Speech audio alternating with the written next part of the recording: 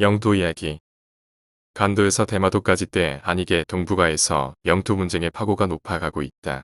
이러한 때에 우리나라 영토 문제를 한번 살펴보는 것도 의미가 없지 않으리라 여겨 한번 정리해본다.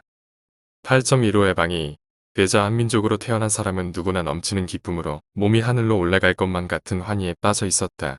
특히 해외에서 독립운동을 했던 사람들은 어서 조국으로 들어가 국권을 되찾아 새로운 정부를 꾸미려는 꿈에 부풀어 있었다. 그러나 아무 누구도 우리의 영토가 어디서부터 어디까지인지를 연구해온 지도자는 없었다.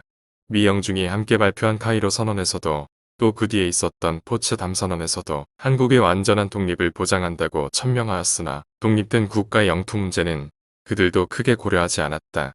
그것은 우리의 몫이었기 때문이리라. 우리의 지도자들은 독도 또한 당연히 울릉도의 부속도서로만 여겼을 뿐 그것이 일본으로부터의 시비 대상이 되리라고도 생각지 못했던 것이 아닌가 싶다. 이에 대한 깊은 연구와 실천적 계획을 가지지 못했기에 우리의 영토 저항은 재헌 때부터 지금까지 변함없이 한반도와 부속도서로 한정되어 있는 것이다. 다시 말하면 한반도 밖으로는 한 번도 우리의 시야를 넓게 펼쳐보지 못했다는 얘기다. 인도의 헌법이 미래에 취득할는지도 모를 영토까지를 염두에 두고 영토 조항을 제정한 것을 보면서 우리의 경우는 지나치게 영토 조항을 소극적으로 제정하지 않았나 하는 생각도 없지 않다. 특히 지구의 기후변화로 상상할 수도 없는 지각 변동이 일어나 육지와 해수면의 변화가 일어난다면 앞으로 나라마다 영토에도 적지 않은 변화를 겪게 되는지도 모른다.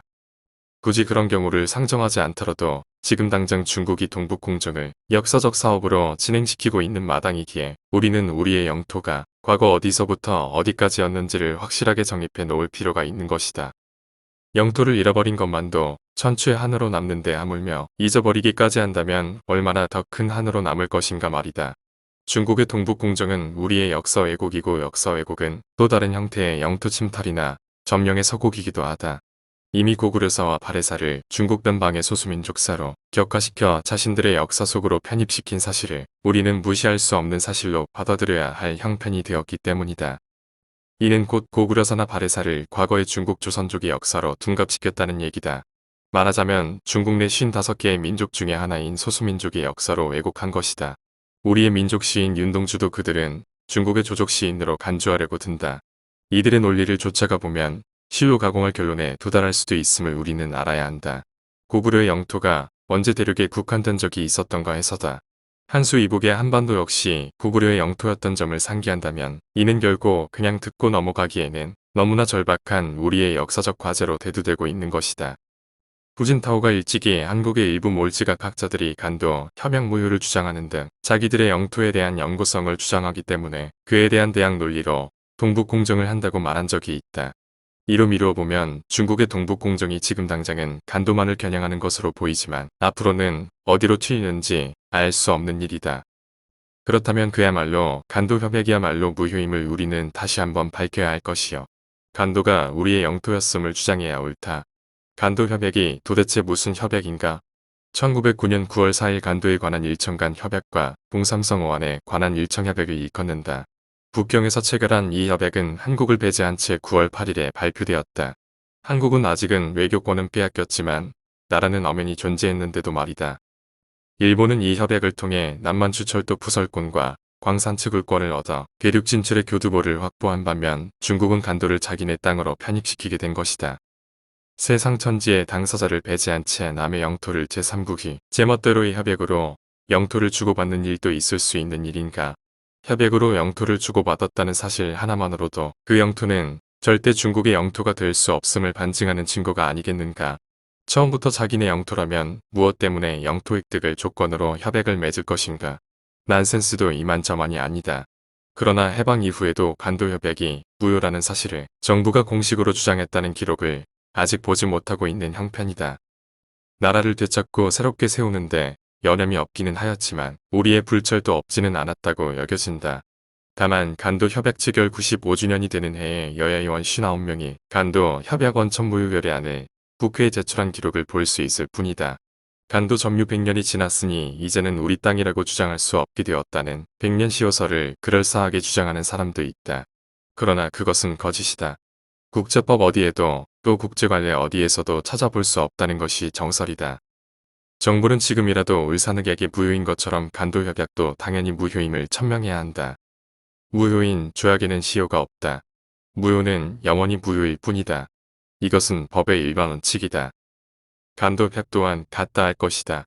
그렇다면 대마도의 경우는 어떤가?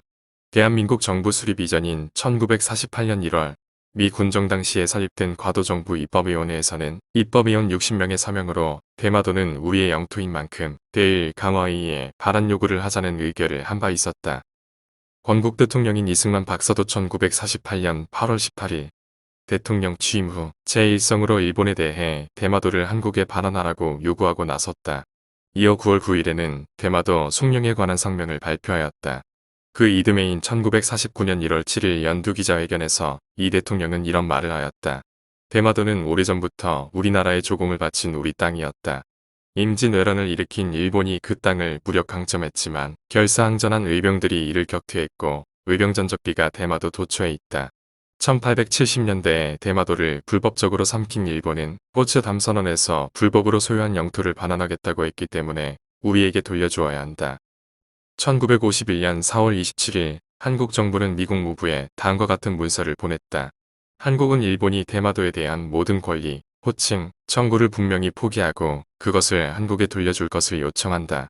2005년 3월 마산시 의회에서는 대마도의 날을 지정하고 매년 6월에 그 기념 행사를 한다고 한다. 창원시는 창원부 탄생 600주년 행사로 지난 2008년 대마도를 탐방하였다. 이 탐방은 조선 세종 때 창원 출신인 최은덕 장군의 대마도 정벌을 기념하기 위해서였다고 한다.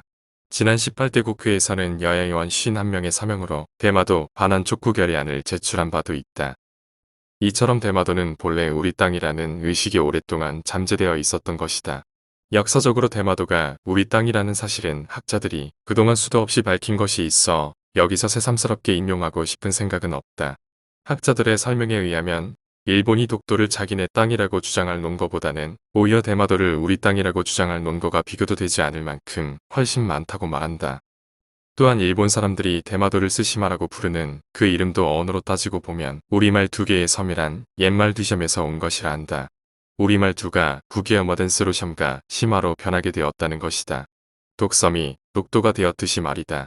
3에서 4세기까지만 해도 우리에게는 말이 있고 일본에는 말이 없었는데 어떻게 대마도라는 이름이 생겼을까 하고 의문을 나타내는 사람도 있다.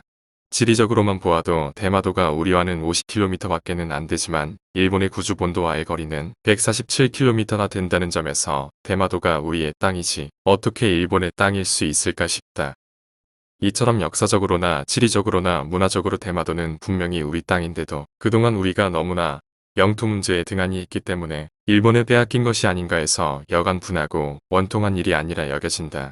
이승만 대통령은 재임 내내 각국의 주요 인사들을 만날 적마다 수도 없이 대마도는 우리 땅이라고 주장하였다고 한다. 이런 그의 기계와 기질을 우리는 본받을 필요가 없지 않다. 정부가 그 뒤에도 끊임없이 대마도가 우리 땅이라고 주장하고 그 반환을 요구했더라면 일본이 독도를 자기네 땅이라고 주장하고 나올 수 있었을까 싶기도 하다. 러시아와의 관계에서는 왜 영토 문제가 없겠는가? 녹둔도가 있다. 녹둔도는 두만강 하류의 둘레 8km밖에 안 되는 작은 섬이다. 일찍이 그 섬을 여진족으로부터 제대로 지키지 못했다. 하여 당시 조선만호벼슬에 있던 이순신 장군이 자칫 죽임을 당할 뻔했을 정도로 소중하게 여겼던 엄연한 우리의 땅이었다. 그런데도 태평양 쪽에 항구가 절실하게 필요했던 러시아의 힘에 밀린 청나라가 이 땅을 1860년에 북경조약을 통해 러시아 영토로 만들어주고 만 것이다. 그 외에도 압록강에 흩어져 있는 수많은 섬과 우리들이 강동 또는 원동 땅이라고 불렀던 연해주 등 우리의 고토는 부지기수다. 북한의 영토 변화도 우리는 세밀하게 살펴보아야 한다. 억울하게 지금까지 남의 영토로 되어 있는 우리의 영토 문제를 지금이라도 깊이 연구할 필요가 있다. 잃은 것도 억울한데 잊혀지는 것은 더욱 억울할 것 같아서다. 우리에게는 담을 정신이 있다. 고토회복 정신이다. 잊지 말아야 할 정신이다. 김중희 초대 환경부 장관